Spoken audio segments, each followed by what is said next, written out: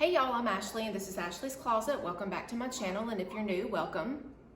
I hope you enjoyed this video and will consider joining my YouTube family by subscribing to my channel. Today's content is on a brand that I just like 2 or 3 weeks ago introduced to y'all. That's new to me. It is Little King Goods, and the owner of this brand, his name is Ryan Savin. Hope I'm pronouncing that right. He's Canadian from Ontario, and I had the opportunity to speak with Ryan Friday over the telephone. He spent about 30 minutes, 40 minutes on the phone with me, answering some questions that I had. He was really nice, very happy to help, very gracious. So this is kind of a continuation from the last video or two that I did showing you the products that Jacob and I got from him. So like I said, he only works with full grain leather. Now he did say, I guess since the pandemic, he has had a harder time getting his hands on good hides, but I mean, the pandemic has affected everybody in so many different ways. So I mean, I'm not surprised by that. But specifically it is full grain. He does work with chrome and veg tanned. And kind of like I feel like there are pros to each leather. It just depends on the use that you need the leather hide for, as to which type of tannage you go with. I made a list. And so anyways, I asked him where he's getting his hides from, and I'm sure that changes, you know, time to time and purchase to purchase, but he got the hide that my bag was made from a company in Kentucky called Tasman Tannery, and I had never heard of them, but from their website it looks to me like they are affiliated with oh my gosh, my mind just drew a blank, with Acadia leather. And so that's kind of what I got from their website. The tote, let me show you the tote if anybody watching this video that has not seen my other video. This is the tote bag. Now he does make the totes, they're handmade to order, so he doesn't just keep a stock of them. The average strap drop that he uses on the tote like this is 11.5. Now Jacob, as I said in my previous video, I've been having some issues with my wrist, I guess like tendonitis or something. So my strap drop is a little more customed for me. It's 13 or 13.5 inches. So it's a good drop, and I don't have to bend my wrist at all to throw the bag on my shoulder, and I can just put it on like this instead of having to do it like this, which I like. I asked him about the copper rivets. I noticed on these type of bags from Leather Craftsman that a lot of them tend to use copper. I wondered if there was some type of secret that I didn't know about. And it's because they tend to be, have a prettier, they're sturdy. I don't know if they're any more sturdier than brass, but what Ryan told me is that they do patina over time, and they're just, the copper is really pretty as it patinas, which I mean, I didn't know that.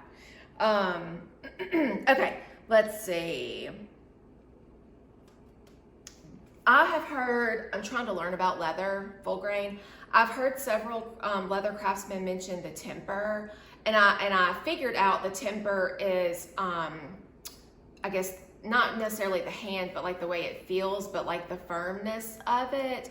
And I asked Ryan what the temper of this specific leather is, and he said medium to firm, which I figured it was medium, at least medium, because it's not ever going to puddle, which you know I hate, and you know I don't like a pebbled leather. I prefer a smooth leather, which this is.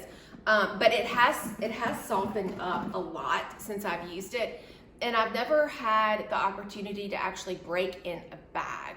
And so that's something that I've really enjoyed about this. Now, it still holds its shape, but it has softened a lot. See, you can see where it's kind of going in here. The straps have softened a lot. They weren't near as floppy in my first video. Wouldn't that be something to slap myself in the face? But yes, I'm very happy with this. I'm very happy with the bag in general. Jacob is happy with the item that he got as well. Oh, excuse me, I dropped. I've got the fan on it, blew it off. So anyways, I just wanted to go over a few of the things that I learned from Ryan, from talking on the phone with him. I asked him how often this would need to be conditioned, and he said not very often, that I would notice when it does start, but because this is a chrome tanned leather, during the tannage process, they filled the hide with waxes and such to give it the look that it has, and so it's really it's a good conditioned bag already as is. But he does recommend using Smith's Leather Balm, and I believe, if I'm remembering correctly, they are out of Maine. It's a husband-wife team, and they only have like, I think, 3 ingredients in it, and it's all natural, and you can even apply it with your hand. I mean, it's so safe to use. So I will be ordering some of that for it in the future. And so I just want to tell y'all, I'm not knocking the luxury brands that we all know and a lot of people love, myself included, but there is nothing like having a bag that has literally been handmade to order just for you. You don't get that anywhere else. These luxury bags, and even the contemporary brands that you've heard me mention on my channel, these are all mass produced. These are not, and it is not the same. It is totally different. Just small things that I've learned about. I told you I've been learning. So you see right here, these little leather circles, these are called washers. And a good craftsman will put them here to keep the rivet from pulling through the leather over time. You don't see stuff like that in these mass-produced brands, these mainstream brands. It's just not the same. So if you have not tried a smaller company that has true craftsman quality to it, you are missing out. You are absolutely missing out. And I know, like I've already said, I am not an expert in this, but I am an expert in bags. I've been buying bags for over 20 years now, and I've bought a lot of brands, and I know good quality when I see it. So I may not know a lot about leather, and I may not know a lot about actually making a bag, but I do know a good bag when I see it, and I do know good craftsmanship when I see it. And Ryan is superior, absolutely superior. And I would absolutely recommend him. I mean, I'm doing another video so quickly after my initial purchase that I'm that confident in his skills. So if you have any questions about him or the brand, let me know.